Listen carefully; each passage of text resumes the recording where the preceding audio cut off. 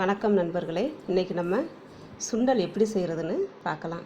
Welcome to Vero's kitchen. 1/4 kilo சுண்டல், அதை 8 மணி நேரம் ஊற வச்சுருக்குறோம். கொண்டக்கடலை அவிக்கும் போது உப்பு போட்டு அவிச்சிடலாம்.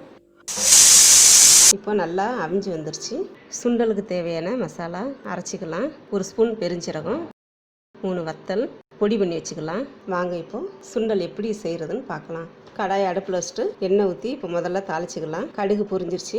1 வத்தலை இப்போ பிச்சு வச்சுருக்குறோம், அதை போட்டுக்கலாம். கருவேப்பிலை கொஞ்சம், நறுக்கி வச்சுருக்கிற வெங்காயம் நல்லா வதங்கிருச்சு. பொடி பண்ணி வச்சுருக்கிற மசாலாவை சேர்த்துக்கலாம். 1 நிமிஷம் மிதமான சூட்டில் வதங்கட்டும். உப்பு கொஞ்சம், கூடவே தேங்காய் துருவலை சேர்த்துக்கலாம். அவிச்சு வச்சுருக்கிற கடலையை இப்போ சேர்த்துக்கலாம். அருமையான சுவையான சுண்டல் ரெடி.